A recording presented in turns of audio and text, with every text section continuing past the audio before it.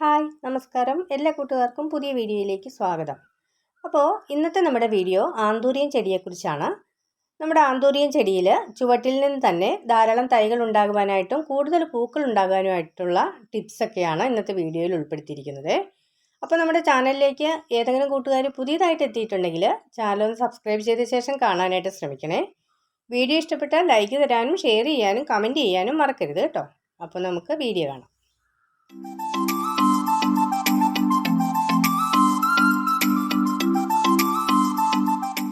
നമ്മുടെ ആന്തൂറിയം ചെടിയുടെ ചുവട്ടിൽ തന്നെ ധാരാളം തൈകൾ പൊട്ടിമുളയ്ക്കും.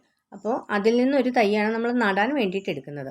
അത് കട്ട് ചെയ്തെടുത്തിട്ട് നമ്മളതിൻ്റെ ആവശ്യമില്ലാത്ത പൊറ്റകളെല്ലാം നീക്കം ചെയ്തിട്ട് മെയിൻ വേര് മാത്രം നിർത്തിയാണ് അത് മറ്റൊരു ചട്ടിയിലേക്ക് നടാനായിട്ട് എടുക്കുന്നത്. നമ്മൾ നടുന്ന സമയത്ത് അതിൻ്റെ പോട്ടി മിക്സും കാര്യങ്ങളൊക്കെ കുറച്ചൊന്ന് ശ്രദ്ധിച്ച് കഴിഞ്ഞിട്ടുണ്ടെങ്കിൽ പിന്നീട് അതിന് ഒരുപാട് കെയറിംഗ് ഒന്നും കൊടുക്കേണ്ടതില്ല. അപ്പോൾ ഇതെങ്ങനെയാണ് നമുക്ക് നടുന്നതെന്ന് നോക്കാം.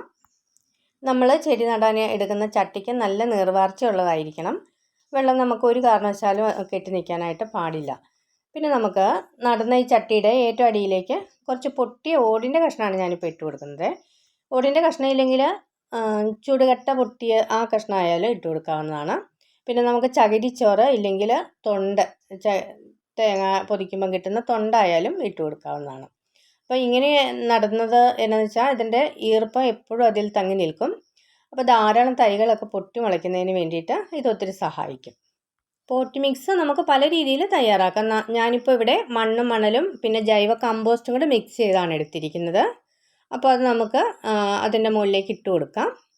ഒരു പകുതി ഭാഗം ഈ മിക്സ് ഇട്ട് കൊടുത്ത ശേഷം വേണം നമുക്ക് ചെടി നടാനായിട്ട്. പിന്നെ നമ്മുടെ ആന്തൂറിയം ചെടി കൂടുതൽ പൂക്കൾ ഉണ്ടാകുന്നതിന് വേണ്ടിയിട്ട് മറ്റൊരു ടിപ്സ് കൂടിയുണ്ട്. നമ്മൾ ഓടിൻ്റെയോ ഇഷ്ടികയുടെയോ കഷ്ണം ഇട്ട് കൊടുത്ത ശേഷം ഇങ്ങനെ നട്ടിട്ട് നമ്മൾ കുറച്ച് കരിക്കട്ട, അതായത് വിറക് കത്തുന്ന കരി, അതും കൂടെ ചേർത്ത് കൊടുത്തു കഴിഞ്ഞിട്ടുണ്ടെങ്കിൽ ധാരാളം പൂക്കൾ ഉണ്ടാകുവാനായിട്ട് സഹായിക്കും. തണലുള്ള സ്ഥലത്ത് വേണം നമ്മൾ ആന്തൂറിയം വളർത്താനായിട്ട്. ഒത്തിരി വെയിലൊക്കെ കൊണ്ടു കഴിഞ്ഞിട്ടുണ്ടെങ്കിൽ ആന്തൂറിയത്തിൻ്റെ ഇലകളൊക്കെ ഉണങ്ങി കരിഞ്ഞിട്ട് പോകാനായിട്ട് ഇടയാകും. പിന്നെ നമുക്ക് പൂവിടുന്നതിന് വേണ്ടിയിട്ട് മറ്റു വളങ്ങളൊക്കെ ചെയ്യാവുന്നതാണ്. പച്ചച്ചാണകം കലക്കി വെച്ചിട്ട് അതിൻ്റെ തെളി നമുക്ക് ഒഴിച്ചു കൊടുക്കാവുന്നതാണ്. പിന്നെ ജൈവ കമ്പോസ്റ്റ് അങ്ങനെ ഉള്ള കാര്യങ്ങളൊക്കെ നമുക്ക് ചെയ്ത് കൊടുക്കാം. കടലപ്പിണ്ണാക്ക് പുളിപ്പിച്ചതൊക്കെ ഇട്ട് കൊടുക്കാവുന്നതാണ്, ഒഴിച്ചു കൊടുക്കാവുന്നതാണ്.